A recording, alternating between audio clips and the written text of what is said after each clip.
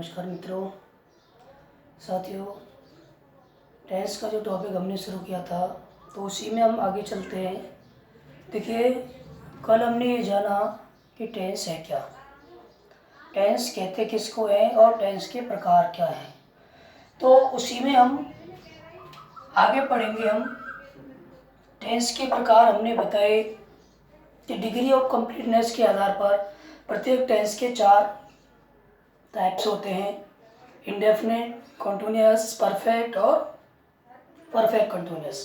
तो प्रेजेंट के भी 4 लगा देंगे तो इस तरह से प्रेजेंट के 4 हो गए, पास्ट के भी 4 हो गए और ये फ्यूचर को भी इसी चारों फॉर्म्स में व्यक्त करते हैं।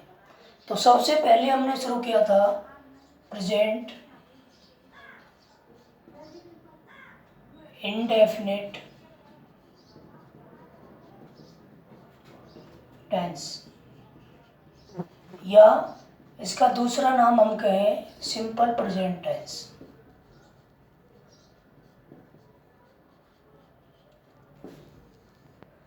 देखिए फ्रेंड, प्रेजेंट इंडेफिनिट टेंस या सिंपल प्रेजेंट टेंस ये हमने कल शुरू किया था और इसके बारे में थोड़ा सा ये भी बताया कि ये जो टेंस है इसके 2 रूप हैं।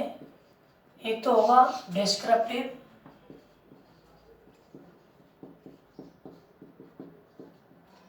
और दूसरा होगा functional.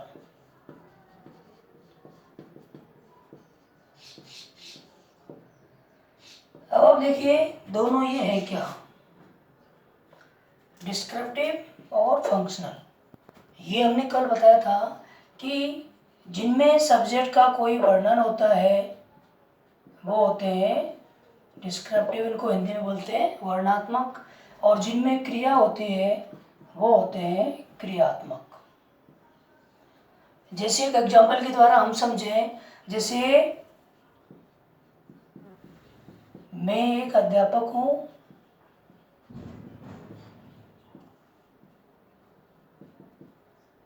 I am a teacher. तो इसमें देखो, यहां मैं की जगह मान लो कोई नाम लगा दें हम, Ram is a teacher, Ram एक अध्यापक है, ठीक है, ध्यान देना। जबकि इसमें क्या आएगा, राम अंग्रेजी पढ़ाता है।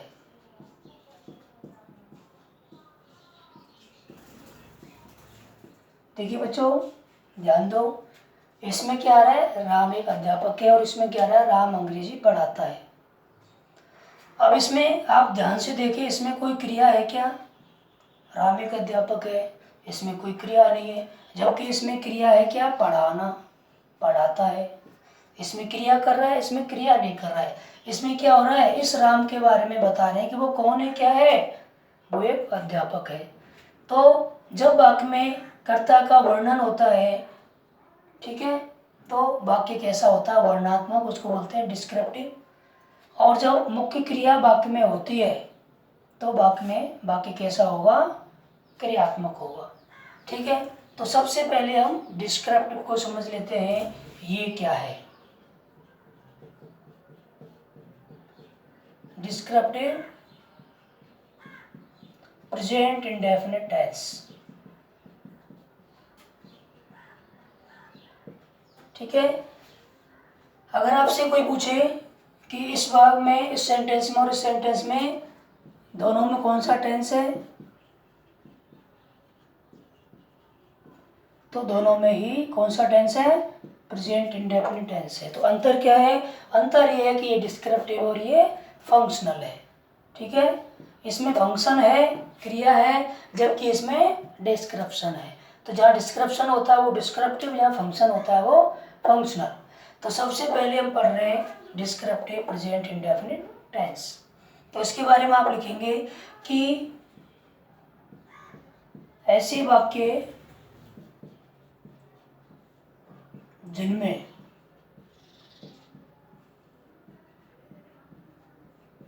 कर्ता का वर्णन होता है,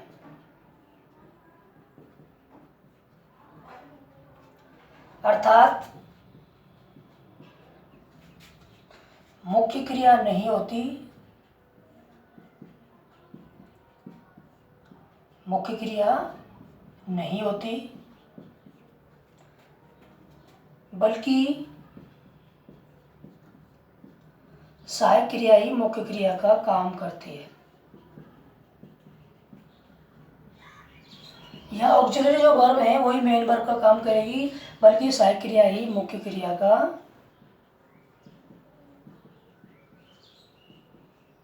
काम करती है। ठीक है, अब इसमें देखो कौन सी काम आती हैं, इसमें इज एम आर काम आते हैं। ध्यान देना सभी बच्चों, अगर इज एम आर वाक्य में आ जाते हैं तो बच्चे तुरंत कंटिन्यूअस पर पहुंच जाते हैं, जबकि कंटिन्यूअस नहीं है ये। ठीक है, मैंने आपको बताया था कि ये बी फॉर्म है, is am are was were, और बी फॉर्म जो है ना, उन बी फॉर्म का 3 जगह यूज होता है टेंस में। कहाँ कहाँ होता है, एक तो इनके साथ आ जाए कोई नाउन या एडजेक्टिव। ठीक है, नाउन और एडजेक्टिव जब वाक्य में आता है तो वो कौन सा टेंस होगा, डिस्क्रिप्टिव। एक बी फॉर्म का मतलब is am are was were, present में इज एम आर होती है। उसके बाद अगर बी फॉर्म के साथ आईएनजी फॉर्म आ जाए, मतलब is am are was were के साथ वर्ब में आईएनजी लगी हो, तो वो टेंस होगा कौन सा, कंटिन्यूअस होगा, प्रेजेंट कंटिन्यूअस कहेंगे उसको। पास्ट है तो पास्ट कंटिन्यूअस कहेंगे। एक इनके साथ is am are was were के साथ अगर वर्ब की थर्ड फॉर्म आती है तो वो पैसिव वॉइस होता है। तो ये 3 तरह से इनके यूज हमें करने को मिलते हैं, ये याद रखें। ठीक है, ऐसा नहीं सोचें कि हमेशा अगर इज एम आर आ रहा है तो आई ये इनकी कंटिन्यूस ही होगा, ऐसा नहीं है। कंटिन्यूस कब होगा, जब इनके साथ वर्ब की आईएनजी फॉर्म आएगी तब ये कंटिन्यूस होगा। नाउन या एडजेक्टिव है, उस कंडीशन में ये क्या बनेगा, डिस्क्रिप्टिव सिंपल प्रेजेंट टेंस। और is am are plus V third है तो ये पैसिव वॉइस में प्रेजेंट इंडेफिनिट टेंस है, इसको आगे मैं बताऊंगा। तो यहाँ पर इज एम आर का हम यूज करते हैं,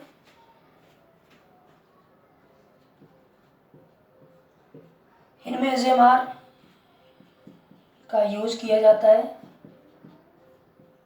ठीक है, आप जानते ही हो इसका मतलब है सिंगुलर सब्जेक्ट के साथ आता है, हूँ ये आई के साथ आता है, और ये है ये प्लूरल के साथ आता है। ठीक है, ये किसके साथ आएगा, आई के साथ, और ये सिंगुलर के साथ। तो छोटी क्लास में बच्चे इस बात को सीख जाते हैं छोटी क्लासों में ही कि इसका प्रयोग कहाँ करते हैं, एम का कहाँ करते हैं और आर का कहाँ करते हैं। ठीक है, तो ये इस तरह से है। अब यहाँ देखिए नेक्स्ट बात क्या है,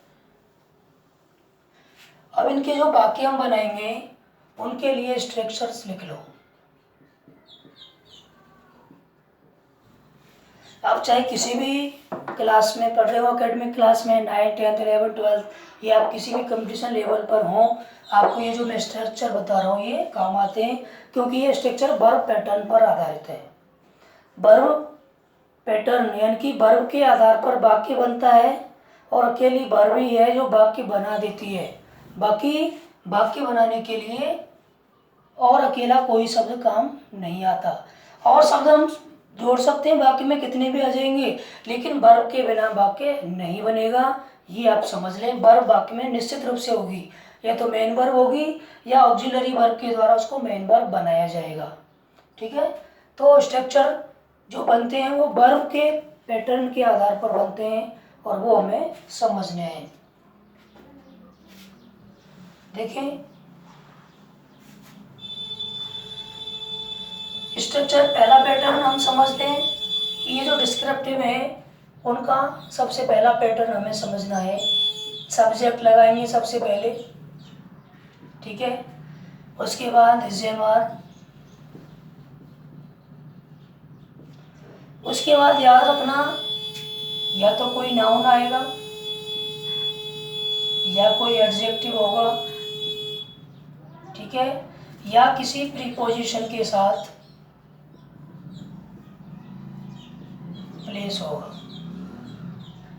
जब मैं आपको बता रहा था कॉम्प्लीमेंट, तो एक तो नाउन उसमें फ्रेज आ रही थी, नाउन फ्रेज, एडजेक्टिव फ्रेज और एडवर्बियल फ्रेज। तो उसमें जो वाक्य बनते हैं वो इसी टेंस के बनते हैं। ठीक है, उसमें जो वाक्य बनते हैं इसी टेंस के बनते हैं। जैसे इसमें है ऐसे प्रेजेंट में, जैसे उसी तरह से पास्ट में भी होते हैं। तो नाउन एडजेक्टिव या प्रीपोजिशन के साथ क्या लगा होगा, प्लेस लगा होगा। ये इस तरह से एक स्ट्रक्चर हम बनाते हैं। जैसे मैं कहूँ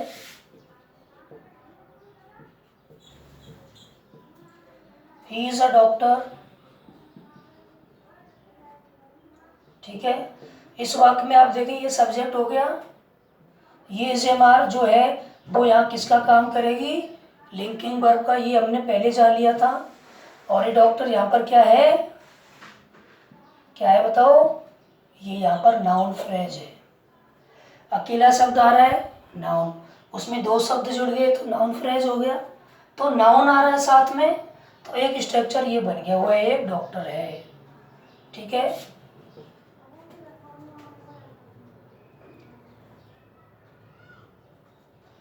एक वाक्य में हिंदी में लिखूं, कुछ बच्चे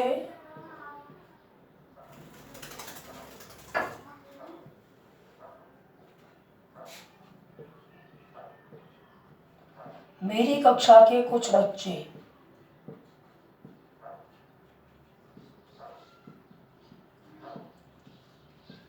शैतान है। एक चीज आपको मैं बता दूं कि जब वाक्य हम किसी भी टेंस में बनाते हैं तो जो अफर्मेटिव होते हैं सकारात्मक वाक्य, बाकी के प्रकार में बताऊंगा आपको। जो सकारात्मक वाक्य होते हैं उनमें सबसे पहले सब्जेक्ट लगता है, उसके बाद वर्ब लगेगी, फिर अदर्स वर्ड आएंगे, ठीक है। ये अफर्मेटिव का कॉमन स्ट्रक्चर है जो सभी टेंसेस में काम आएगा। सबसे पहले सब्जेक्ट, फिर वर्ब, फिर अदर वर्ड्स, ठीक, कोई सा भी हो। तो यहाँ देखिए सबसे पहले सब्जेक्ट देखें, मेरी कक्षा के कुछ बच्चे, वाक्य में सब्जेक्ट कौन है, मेरी कक्षा के कुछ बच्चे। तो सब्जेक्ट हिंदी के वाक्य में कहाँ मिलेगा, सकारात्मक में पहले, और वर्ब कहाँ मिलेगी, लास्ट में। चाहे वाक्य डिस्क्रिप्टिव है या फंक्शनल है, अगर वाक्य सकारात्मक आप बना रहे हो तो सबसे पहले मिलेगा सब्जेक्ट और सबसे लास्ट में मिलेगा वर्ब। सेंटेंस बनाने के लिए सबसे पहले आपको सब्जेक्ट ढूंढना है, उसके बाद वर्ब ढूंढनी है। दोनों को लगाने के बाद फिर पीछे से उल्टे क्रम में चलते हैं, आगे बढ़ाएंगे हम बड़े बड़े वाक्य। तो मेरी कक्षा के कुछ बच्चे, है ना, सम चिल्ड्रन। यहाँ देखो इस तरह से जब हम बनाते हैं तो मूल स्रोत पीछे आता है, बच्चे किसके हैं, मेरी कक्षा के, तो स्रोत पीछे हो गया। Some children of my class, ये क्या बन गया, ये क्या बन गया, पूरा सब्जेक्ट, ठीक है। कुछ बच्चे मेरी कक्षा के कुछ बच्चे, क्या लगा देंगे, हैं, आर।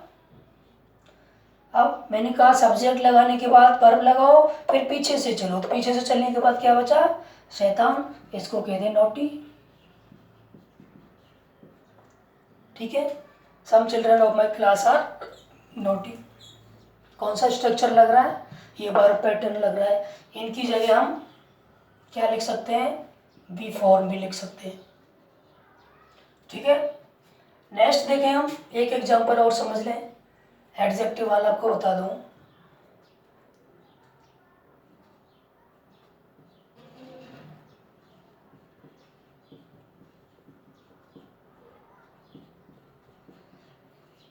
सीता एक बुद्धिमान लड़की है,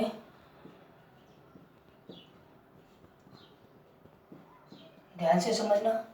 सब्जेक्ट आ गया, वह एक बुद्धिमान लड़की है, तो लड़की है तो उसके लिए वह के अर्थ में क्या लगाएंगे, सी। सब्जेक्ट आ गया, वर्ब का मिलेगी पीछे है के अर्थ में क्या आएगा, इज।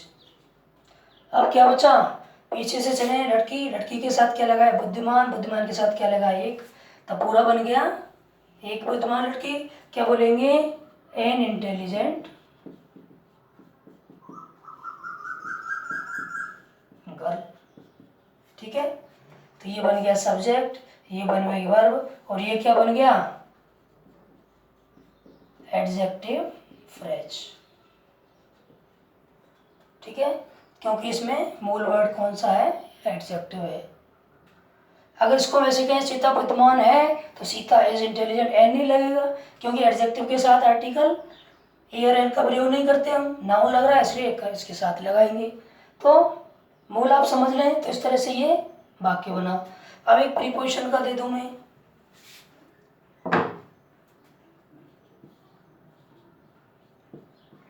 वह अपने गांव में है,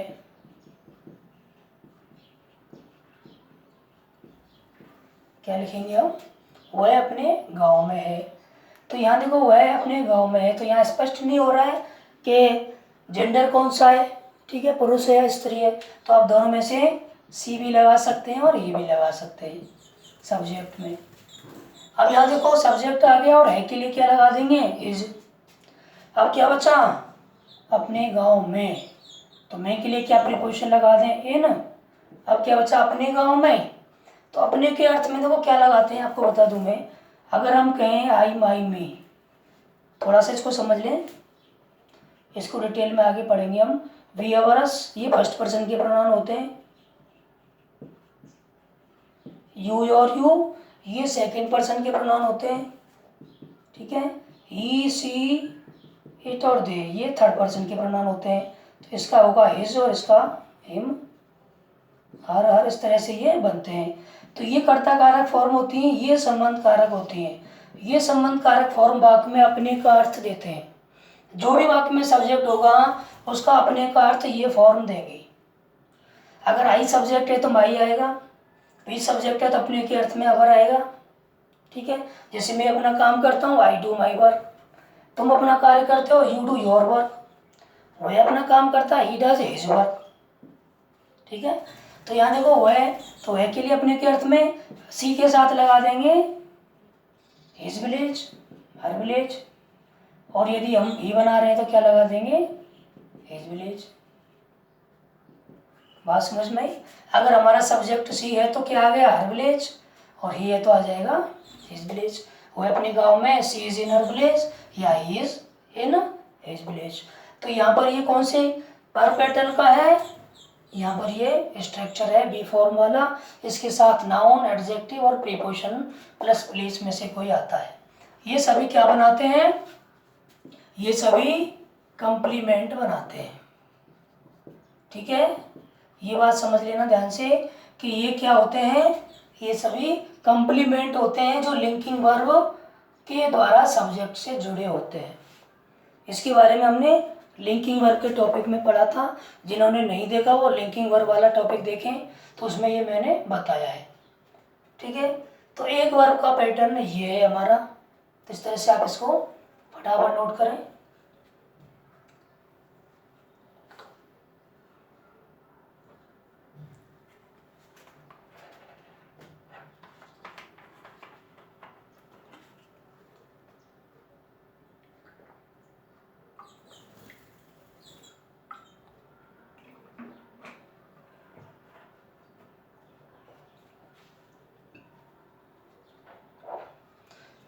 नेक्स्ट देखिए, एक ये पैटर्न के बाद एक दूसरा पैटर्न और आपको मैं बता दूं, इसी में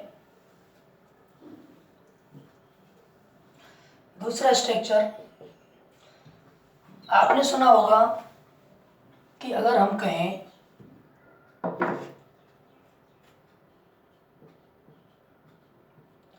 मेरे गांव में एक तालाब है, बहुत सरल सा वाक्य में दे रहा हूँ। तो यहाँ पर मेरा गांव एक स्थान हो गया, उसमें किसका होना बता रहे हैं, तालाब का, और है यहाँ पर क्या है, वर्ब है।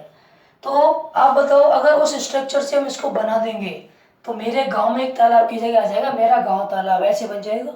लेकिन हमें बताना है गांव में तालाब है। तो इसका नियम यह है कि जब किसी स्थान पर कोई चीज़ है या नहीं है, उसको बताने के लिए हम इंट्रोडक्टरी एडवर्ब देयर का प्रयोग करते हैं। किसका प्रयोग करते हैं, देयर का। तो देयर यहाँ सबसे पहले आएगा, उसके बाद हमारी इज या आर आएगा, ठीक। फिर वो नाउन आएगा जिस नाउन का हम यहाँ होना बता रहे हैं। उसके बाद देखो यहाँ पर कोई प्रीपोजिशन आएगा और फिर प्लेस आएगा। ठीक है, प्रीपोजिशन इन, ऑन, अंडर, ये आप जानते ही हैं। इस तरह से कोई प्रीपोजिशन होता है और लास्ट में क्या आता है, प्लेस। तो ये भी स्ट्रक्चर इसी टेंस में आता है। अब इसको हम बना लें। मेरे गांव में एक तालाब है। अगर एक कोई चीज़ कहीं पर है तो देर के साथ इज लगेगा, दो या दो से ज़्यादा है तो आर लगेगा। अगर एक है तो सिंगुलर नाउन आ गया, ज़्यादा है तो प्लूरल नाउन आ जाएगा और लास्ट में क्या लिख देंगे हम, प्लेस। जैसे मेरे गांव में एक तालाब है, क्या बनेगा, देयर के साथ क्या लगा दें, इज। ठीक, देखो देयर यहाँ एक इंट्रोडक्टरी सब्जेक्ट का काम कर रहा है, इसको यहाँ हमने लगा दिया हेल्पिंग वर्ब। अब तालाब है पॉन्ड, ठीक है, कहाँ पर है, मेरे गांव में, इन माई विलेज। कैसे बनाते हैं इन वाक्य को, सबसे पहले आप देयर लगाओगे, उसके साथ सिंगुलर है तो इज, प्लूरल है तो आर, फिर उस नाउन को जो भी सिंगुलर प्लूरल जिसका होना बता रहे हैं, लास्ट में स्थान। और देखें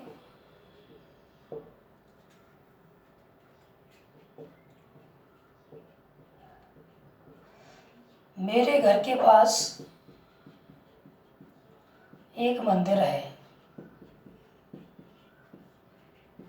ठीक है, कैसे बना देंगे, देयर इज, ठीक है, क्या है, एक मंदिर, अ टेम्पल, कहाँ पर है, घर के पास, नियर माई हाउस। ये प्रीपोजिशन आ गया और ये प्लेस आ गया। बहुवचन में अगर हम ले लें, मेरे गांव में बहुत से पेड़ हैं। ठीक है, तो देयर के साथ बहुत से आ रहा है तो many, there are many trees in my village. समझना बच्चों ध्यान से। अगर किसी स्थान पर कोई एक चीज़ आ रही है तो देयर इज, दो या दो से ज़्यादा है तो देयर आर। यही वाली बात पास्ट में भी हम बना सकते हैं। कोई एक चीज़ है, देयर वाज, ज़्यादा है देयर वर। ठीक है, जंगल में एक शेर था, there was a lion in the forest. जंगल में बहुत से पेड़ थे, there were many trees in the forest. ठीक है, तो इस तरह से वाक्य पास्ट में भी बनते हैं, वो पास्ट हम आगे पढ़ेंगे। तो यहाँ पर ये स्ट्रक्चर काम आ रहा है, देखो देयर, उसके बाद इज और आर में से आ रहा है, फिर नाउन आ रहा है, फिर प्रीपोजिशन आ रहा है, फिर प्लेस आ रहा है। तो ये दूसरा स्ट्रक्चर है, तो इसमें काम आता है। और भी बहुत सारे वाक्य आप बना सकते हो। एक और देखें,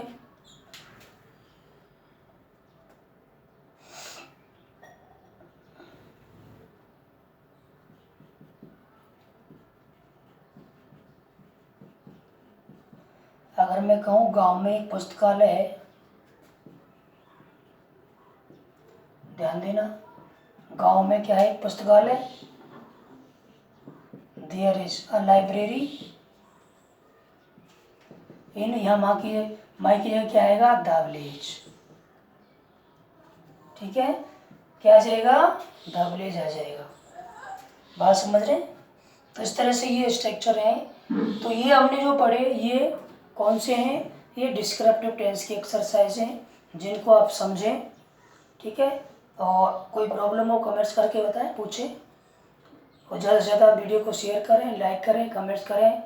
और यदि आपके पास कोई सुझाव है जिनको आप पढ़ना चाह रहे हैं टेंस से संबंधित, वो मुझे बताएं, मैं इसको उसमें शामिल करूँगा।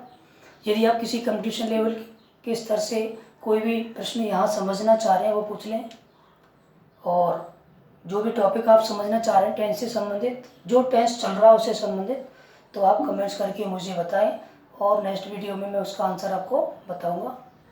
ठीक है, तो ये आप शेयर करें। यदि आपके घर में छोटे बच्चे हैं जो 7वीं 8वीं 9वीं 10वीं है ना, 6 7 8 9 10 11 12 में कोई किसी भी क्लास में पढ़ते हैं, तो उनको भी ये समझने का अवसर दें, उनको भी ये वीडियो बताएं और वो सीखें।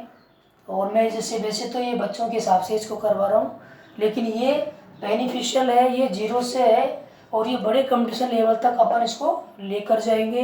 अभी ये शुरुआत है, इसलिए हम थोड़ा सा उसी स्तर से इसको करके चल रहे हैं। ठीक है, मिलते हैं नेक्स्ट वीडियो में। Thank you.